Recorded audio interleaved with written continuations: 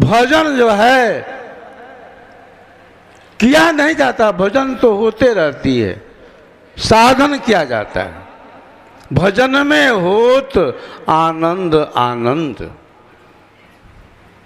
कबीर साहब ने कहा क्या भज सोहम सोहम। कबीर साहब कहते हैं कि सोहम सोहम क्या भजते हो। भजन तो होता है कब, जब जीव जो है प्रकृति के परे हो जाता है। एक बार प्रयाग में लगा था अर्ध कुंभ। आचार्य श्री प्रथम विराजमान थे। समाधि के नीचे एक अखाड़ा था। उस अखाड़े में क्या होता था, मनवा जपले सोहम सोहम। मनवा मत वाले जपले सोहम सोहम। आचार्य कहते थे कि क्या कहा जाए, समाधि के नीचे सब आकर के सोहम सोहम जो है जाप कर रहा है और कहता है कि हम कबीर साहब के अनुयायी हैं। आकर के रोज साहेब बंदगी साहेब बंदगी साहेब बंदगी करता है और सोहम सोहम का जाप करता है। सोहंग मंडल के एक अध्यक्ष थे। आचार्य के दर्शन करने के लिए आए, बहुत बड़े महंत थे। आचार्य ने कहा कि महंत जी, सोहम सोहम का जाप तो आप बहुत दिन से कर रहे हैं, करवा रहे हैं। सोहम का स्थान क्या है, सोहम की भूमि क्या है, सोहम कहाँ होता है।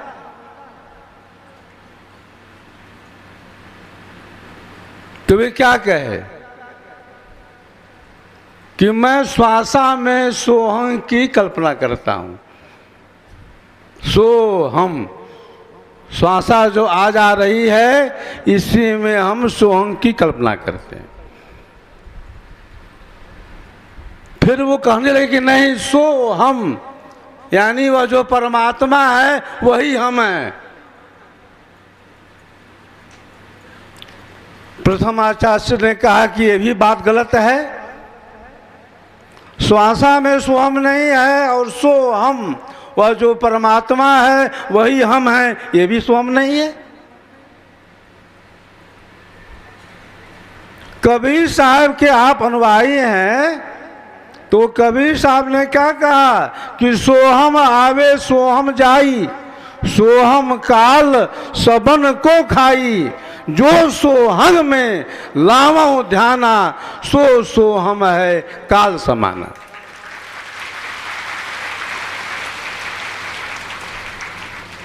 प्रथम आचार्य श्री ने कबीर साहब की वाणी के द्वारा स्पष्ट किया कि सोहम जो है श्वासा में नहीं है। सोहम जो है वह जो परमात्मा है वही हम हैं, वह नहीं है। सोहम एक शब्द है जिसे कहा गया है अगोचरी मुद्रा, जिसका स्थान ब्रह्मांड में भौर गुफा में है। सोहम शब्द अगोचरी मुद्रा भंवर गुफा स्थाना, शुक्रदेव ऋषिता को जाना, सुनि अनहद की ताना। श्वासा सुमिरे घड़ी विचारे, लगन तत्व में रांचे। जब जियरा के काल ग्रासे, तब कौन नाम गही बाँचे। प्रथम आचार्य कहते थे कि हम भेष बना लेते हैं, लेकिन भेद नहीं जानते हैं। उस समय जहानाबाद में एक शिष्य थे जो अब नहीं रहे।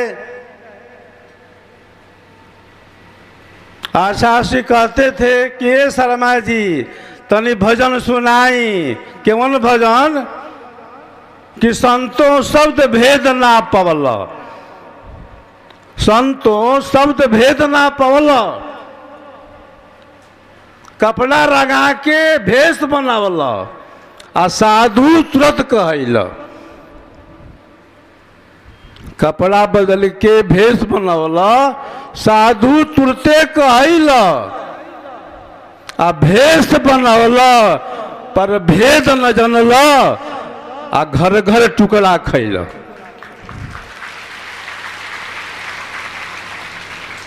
भेष बनावल, भेद न जानल, घर घर टुकड़ा खैल आ सगरे तीर्थ तू ही घूम अल आ बैला घूमेला जैसे घानी। सगरे तीर्थ तू ही घूम अल, बैला घूमेला जैसे घानी। आ करता में करतार बसतु है, सो ना ही पहचानी।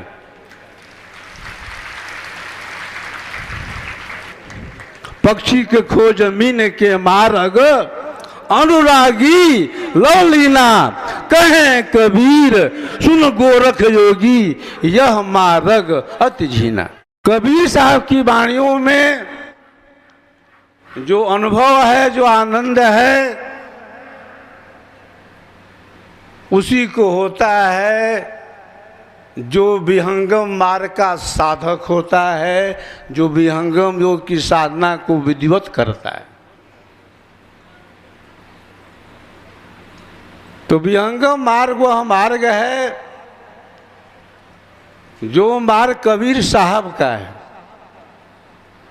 और वही ऐसा मार्ग है जिस पर चलने से जीव जो है संसार के बंधन से अलग होता है, प्रकृति के प्रवाह को छोड़ता है, त्यागता है, अपने स्वरूप में आता है। तो ज्ञान का आधार बंधुओं दो तरह का है। एक ज्ञान भौतिक ज्ञान है और एक ज्ञान जो है आध्यात्मिक है। इस शुभ अवसर पर मैं ये कहना चाहता हूँ कि बीजक भाष तो आप सबके पास है ही, और सद्गुरुदेव ने ये कहा है कि हमारे 3 महान ग्रंथ हैं, उसमें चतुर्वेदी ब्रह्म विद्या भाष्य है, स्वर वेद है और बीजक भाष्य है। तीनों को सद्गुरुदेव ने कहा कि यह प्रधान ग्रंथ है, इसका पाठ पारायण होना चाहिए। तो जिनके पास बीजक भाष अभी नहीं है, उन्हें बीजक भाष अपने पास रखना चाहिए। बीजक भाष का पारायण पाठ होना चाहिए।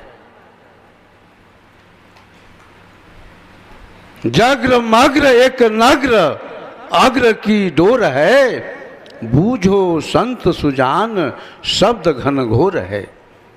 कहो अग्र की डोर तो सूक्ष्म धीन है, सुरत नृत्य से जाय सोई परवीन है। मूल द्वार के तार लाग सुर भीतरे, इंद्री नाल की शक्ति मिला गुण तीसरे। बंक नाल एक राह एक सम जानिए, बंक नाल एक राह एक सम जानिए। चढ़ो सुष्पना घाट अमी रस चाखिए। त्रिकुटी महल में आओ जहाँ ओंकार है, आगे मार्ग कठिन सो अगम अपार है। सोहम सुमिरन होय सो दक्षिण कौन है, तहवा सुरत लगाई रहे उन मौन है। पश्चिम अक्षर एक सो रंकार है, यह ब्रह्मांड का खेल सो अगम अपार है। लाग रहे सिद्ध साधु न पावत पार है। तो उस कबीर साहब ने अपने भजनों में सारा ज्ञान विज्ञान उड़ेल दिया है। आवश्यकता है उस ज्ञान को जीवन में उतारने की। भिदते हृदय ग्रंथिश्च छिदते सर्व संशया क्षीयन्ते चास्य कर्माणि तस्मिन् दृष्टे परावरे। हमारी जो ग्रंथि अज्ञान की है वह कब दूर होगी? जब हमें सद्गुरु का प्रकाश मिलेगा, जब हमें सद्गुरु की कृपा मिलेगी। कबीर साहित्य पर जो शोध हो रहे हैं उसमें और संशोधन की आवश्यकता है।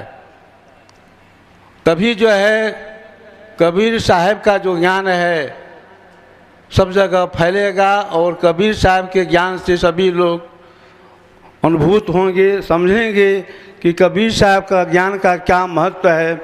आज हम कबीर साहब के ज्ञान को केवल पदों में भजनों में ही गा करके इतिश्री समझ रहे हैं।